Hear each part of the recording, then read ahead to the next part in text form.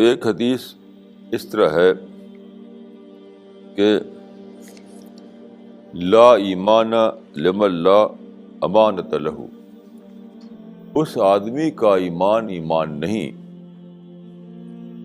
جس کے اندر آنیسٹی نہ ہو۔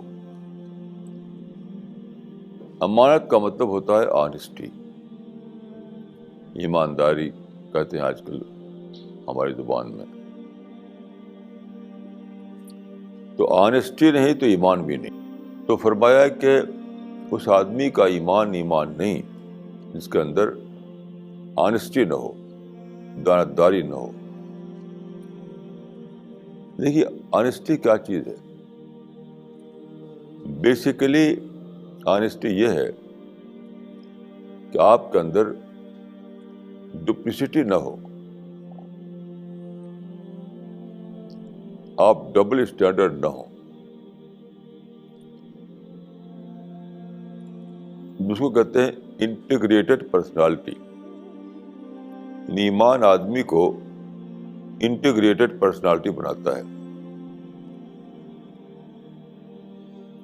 کہ جو دل میں ہے وہی زبان پر، اور جو زبان پر ہے وہی دل میں۔ اس کا نام ہے امانت، اس کا نام ہے آنیسٹی، اس کا نام ہے انٹیگریٹڈ پرسنالٹی۔ تو یہ سنسیئرٹی کی سب سے اونچی قسم ہے۔ آنیسٹی جو ہے وہ سنسیئرٹی کی سب سے اونچی قسم ہے۔ یعنی اگر سچ مچ آپ